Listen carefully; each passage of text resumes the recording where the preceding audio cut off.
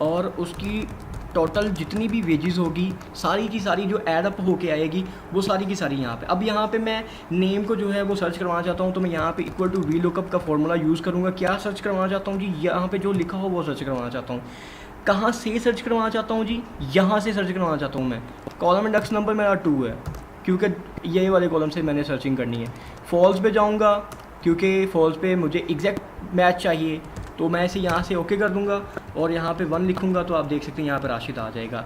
इसको ड्रैग करना है डाउनवर्ड। ड्रैग करने के लिए जो मेरी रेंज है उसको मैं F4 के साथ डॉलर साइन में कन्वर्ट करूँगा। उसके बाद मैं इसको यहाँ पे कर दूँगा, ठीक है। ये एरर को ख़त्म करने के लिए यहाँ पे मैं फॉर्मूला लगा दूँगा इफ़ एरर का, ठीक है। अगर एरर है, अगर इफ़ एरर इनटू वैल्यू, जो वैल्यू आनी चाहिए वो अगर एरर आ जाए तो फिर यहाँ पे जो है वो यहाँ पे ये एक डैश ही आ जाए, माइनस का साइंस आ जाए, ठीक है। इसको मैं कहता हूँ जी मुझे सेव चाहिए ये।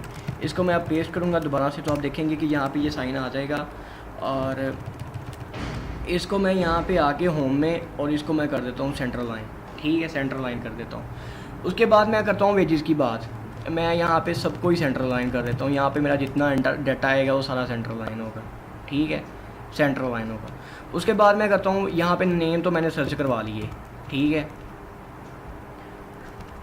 2 मेरा इसलिए यहाँ पे नहीं आया क्योंकि 2 पे कोई अभी मैंने यहाँ पे एंट्री ही नहीं की और ये 4 पे की हुई है। यहाँ मैं 4 कर देता हूँ, ठीक है।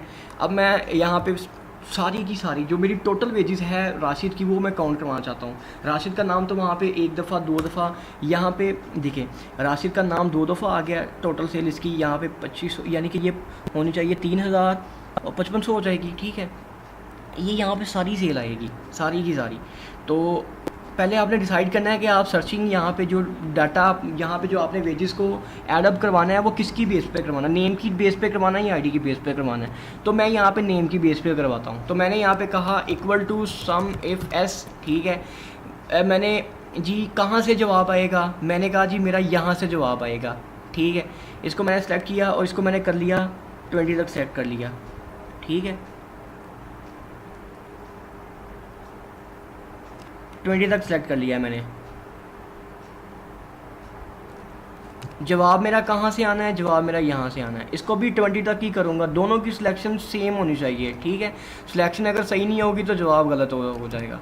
उसके बाद जी जवाब मेरा कहाँ पे लिखूँ तो मेरा जवाब आए, तो मैंने कहा कि जी नेम पे लिखूँ तो जवाब आए। नेम वाला कॉलम मैंने यहाँ से सेलेक्ट किया, इसको मैंने कर दिया ओके। ओके करने के बाद यहाँ पर आऊँगा। यहाँ पर आने के बाद जो मेरी दोनों रेंजेस हैं उनको मैं F4 करूँगा ताकि जब मैं उन्हें नीचे की तरफ ड्रैग करूँ तो वो शिफ्ट ना हो, ठीक है। और उसके बाद मैंने यहाँ पे इनको कॉपी पेस्ट कर दिया। अब आप यहाँ पे देखें कि राशिद की टोटल सेल 5500 ही थी। काउंट करके देख लें चाहे। राशिद 2 दफ़ा है, 1 दफ़ा 3000, 1 दफ़ा 2500, 5500 हो गई। अहमद की सेल जो है वो 15000 है, तो अहमद की सेल यहाँ पे अहमद की सेल 15000।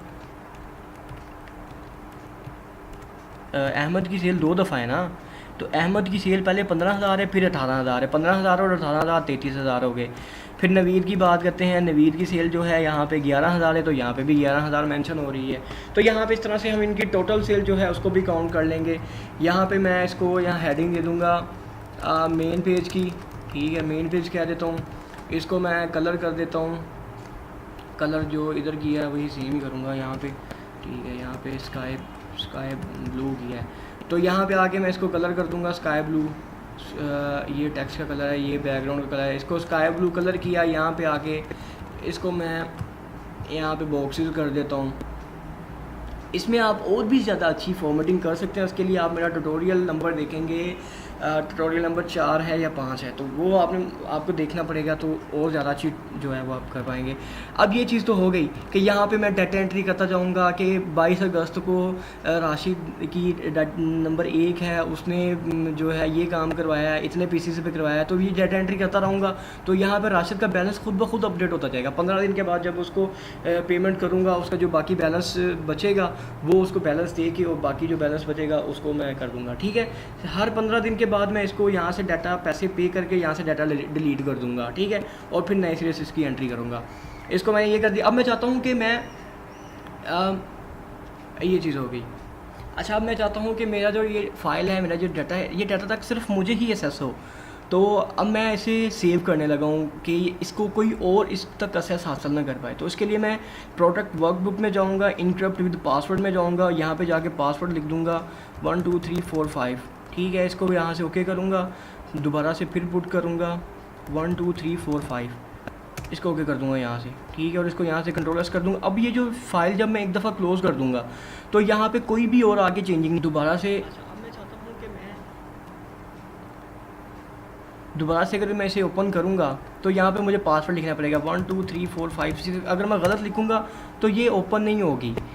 तो अगर मैं यहाँ पे सही पासवर्ड लिखूँगा 1 2 3 4 5, इसको फिर ओके करूँगा, तो फिर मैं यहाँ पे आके इसको सर्च कर सकूँगा। तो आज का ट्यूटोरियल मेरा यही था, जिसमें मैंने आपको वेजेस शीट बनाना सिखानी थी, जिसमें पर पीस के हिसाब से वेजेस बनती हैं और फिर वेजेस की कैलकुलेशन करनी होती है। कैलकुलेशन के और फिर सम इफ इसका फार्मूले के ज़रिए, वीलुकअप के ज़रिए फार्मूला यूज़ होना है।